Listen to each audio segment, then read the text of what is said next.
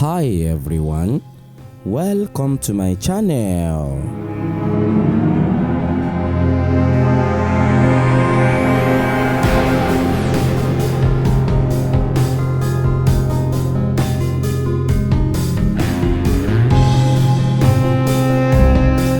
If you are new to me, kindly click on the red subscribe button down below to subscribe to my channel free of charge, so that you don't miss anything on this channel.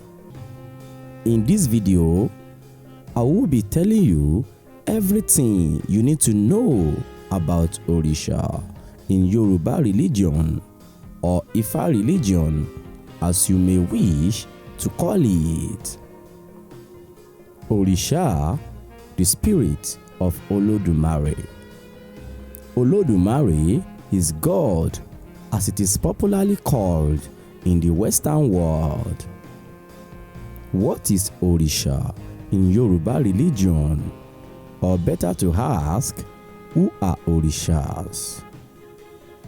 In the native religion of the Yoruba people, Orishas are spirits sent by Olodumare, God, for the guidance of humanity and every other creation on how to live and be successful on earth. It is believed that most Orishas have previously existed in the spiritual world known as Orun, that is, heaven, as Irumole, and then become incarnated as human beings on earth. You may be wondering what Irumole means. Irumole, which according to the oral tradition of Yoruba traditional believers are Igba Irumole, that is 200 Irumoles in numbers, are spirits in heaven, while Orishas incarnated as human beings on earth. Other forms of Orishas are said to be the humans who are recognized as deities upon their death due to their extraordinary skills and strengths accomplished in life. Some Yoruba traditional believers believe that there are about a total numbers of 401 Orishas, while other sources suggest that the numbers are as many as you can think of. Some Orishas were ancestors, warriors, kings, and founders of town that are celebrated after their death and later become the respected deities of Yoruba traditional believers. Some of these Orishas who came to the earth to live as humans and later become ancestors did not die during their lifetime on earth, but were seen to have disappeared and now become Orisha. To explain further, according to traditions and the belief of Yoruba religion or African religion in general, Orishas are viewed in different perspectives. Firstly, some Orishas are viewed as the ones who have existed long before the creation of this world and the creation of human beings.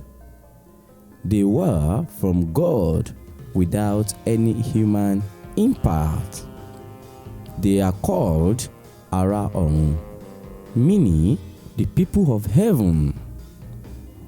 Secondly, some Orishas were ancestors, that is, people who lived in this world after it was created and had a very great impact on their people, whereby their descendants have continued to promote their memory.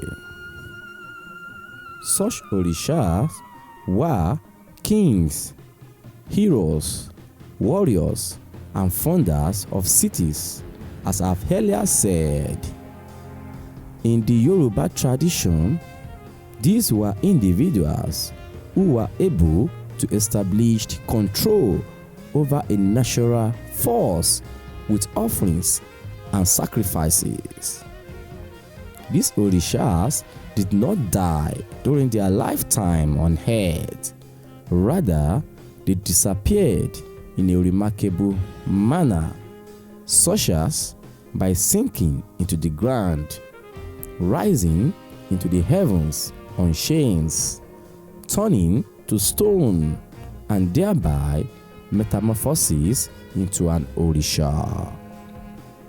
When these ancestors disappeared and became Orishas, their children began to sacrifice to them and continue whatever ceremonies these Orishas had performed when they were on earth, and therefore passed on from one generation to the other up till today. Thirdly, some Orishas are found in nature. From the Yoruba religion point of view, any element of the natural world that has useful functions for human beings have a spirit in it.